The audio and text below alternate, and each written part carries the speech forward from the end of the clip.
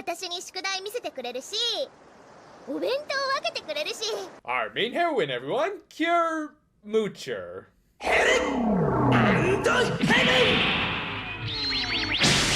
We opened with a reminder of how great last week's episode was. Yeah, it's actually just nice to see this sort of continuity and affirmation that these two are getting along. And we even got more follow-up for that episode as Manatsu proposed that they celebrate Asuka's graduation by putting together a whole festival with all the other school clubs that had graduating seniors. Which, knowing this franchise, I'm sure won't experience any difficulties like baddies coming in and crashing the festivities. But yeah, obvious flags aside, Sango shared her admiration for Asuka chasing her dreams with her mother. In turn, Miyuki encouraged her daughter to pursue her own interests after they saw a familiar face on television announcing that she was going to be a judge for a fashion model audition. So with this, we'll come full circle with Sango's arc, which has been all about...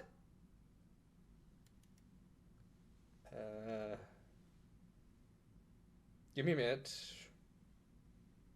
Well, I'm sure we'll figure it out later. Anyway, Sango learned that Laura was also planning on going to the audition, much to the understated dismay of the little Sea Rock. She did eventually share her intentions of also entering the audition with Manatsu, which, to be fair, is something that the Sango from the beginning of the series wouldn't have done. This was helped by the fact that the scene was beautifully done, and I gotta give a lot of credit to Masayoshi Nishida for doing the storyboarding for these past two episodes. That said, yeah, let's finally address something I've kind of dreaded bringing up. That being how Sango has arguably the weakest arc of this entire season. Really, I gotta give credit to some of my commenters who were able to point out some of the major flaws of this arc, in that Sango has suffered from a severe lack of agency. When you really get down to it, Sango has had very little say in what she and her team have done, mostly just being a follower in every situation of her life, even outside of being a Precure. Thus, she's been arguably the least proactive member of this team. I mean, let's compare it to everyone else. Manatsu has been trying to learn how to organize and figure out her priorities. Laura's been trying to save her home, whilst also becoming attached to a new one. Minori's been trying to improve as a writer by gleaning as much inspiration as she can, and Asuka learned the importance of opening up to others and resolved her issues with Yuriko. In contrast, Sango, as she herself even admits, hasn't done a whole lot to pursue her own interests, which of course goes against her intro episode,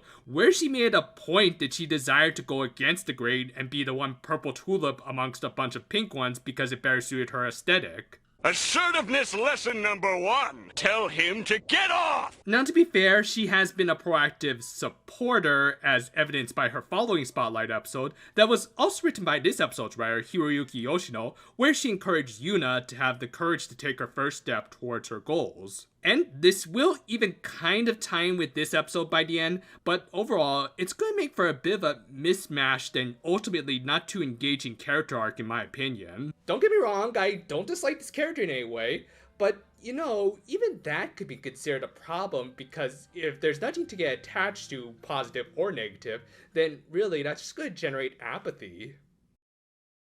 Anyway, after some blatant shitbeam because Manatsu's clearly trying to build a harem, Sango managed to qualify for the auditions. Meanwhile for Laura...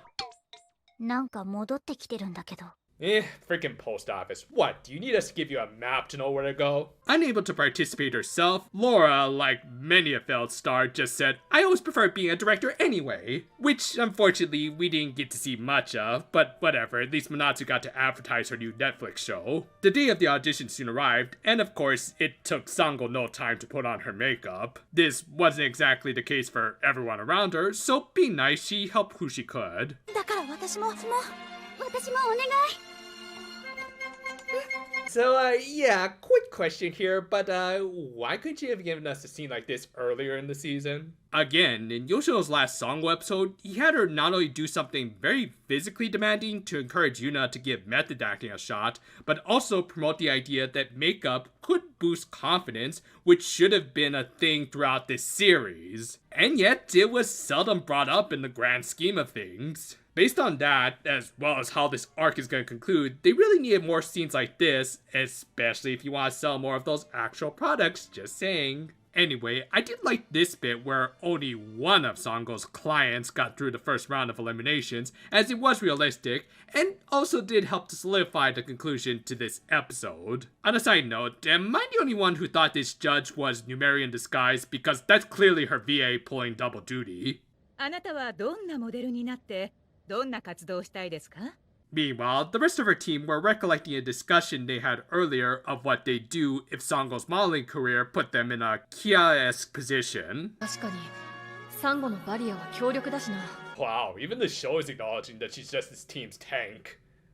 Also, hasn't the coral barrier been broken through multiple times by now? Hell, if anything, shouldn't you all be worried about being able to pull off either of your group finishers? Or is it flexible and a lowercase v will suffice? Well, anyway, Sango got a break in between the eliminations and decided to spend it talking with one of the judges, which I'm sure wouldn't raise any eyebrows in real life. But yeah, Yuna reiterated everything I've already said about her last episode to encourage Sango and return the favor. だから迷わずに一歩踏み出して。私応援してますから。 You know, funny thing, whenever I hear Yuna talk, I end up thinking about another character that VA played, who's actually a lot like Sango, except done a lot better.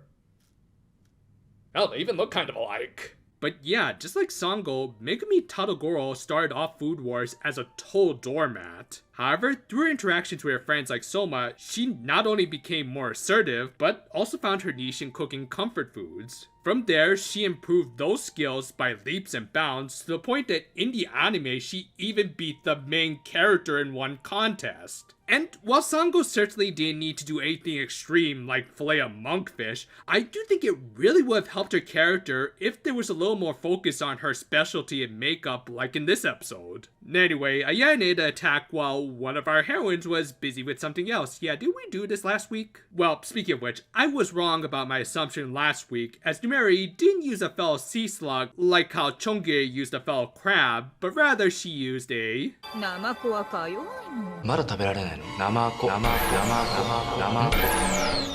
And just like the Pokemon, it was a total stonewall that could take all of their attacks in a nicely done sequence. Again, major praise to Nishida and the animation directors of this one, Nobuto Akta and Hiroshi Nubata. Really good stuff, especially for this show. Anyway, predictably, Sango soon joined in, having requested that she go in last for the auditions, which I'm not sure if you can just do that, which made me think that she was lying at first. But no, I guess as long as you know of the judges, it's all a-okay. In any case, we did get a pretty good scene where Sango realized her position on this team and even gained a greater appreciation for it, which let her have a little more courage. And if you couldn't tell by the thumbnail, I of course have to make this reference.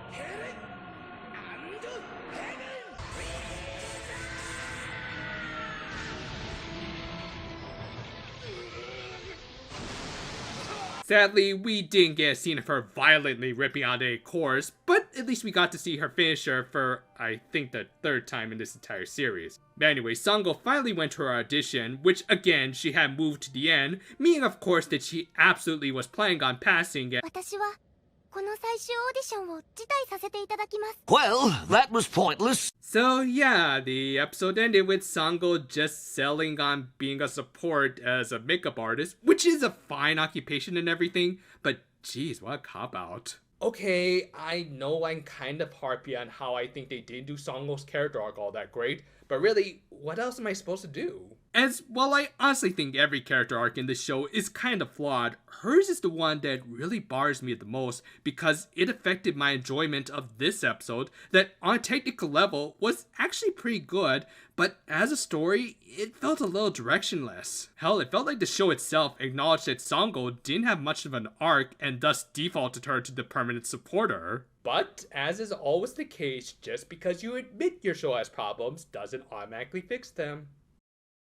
Now, I'm not saying a permanent support character can't go through a great arc, just look at the character who clearly had her design reworked into Sango. However, I would argue that's antithetical to her first episode, where it was established that Sango didn't always want to be a part of the collectivist society that is Japan, and then later had an episode where she took her first steps towards becoming a model by overcoming her stage fright. So then, why kind of backtrack now at the very end? Well, I think it's because they realized they kind of wrote themselves into a corner. Throughout her Spotlight episodes, Sango was not all that proactive other than maybe her first 2 episodes. Thus, if she were to take her next step towards modeling, it wouldn't feel earned. So, I guess they figured they may as well settle with just taking her back to her safety zone as a support character. This is a shame because, again, that second episode was written by Yoshino, and I do think he was hoping they explore her passions for fashion and makeup a little more by the time they got to this episode, but unfortunately, they really didn't. I just get a sense of wishy-washiness with the writing of this character, like they didn't know where to take her, and thus Sango couldn't take the initiative as a supporter like Yui or as her own person. Now in a vacuum, I will say this is one of the technically better put together episodes of the season with some amazing animation and shots,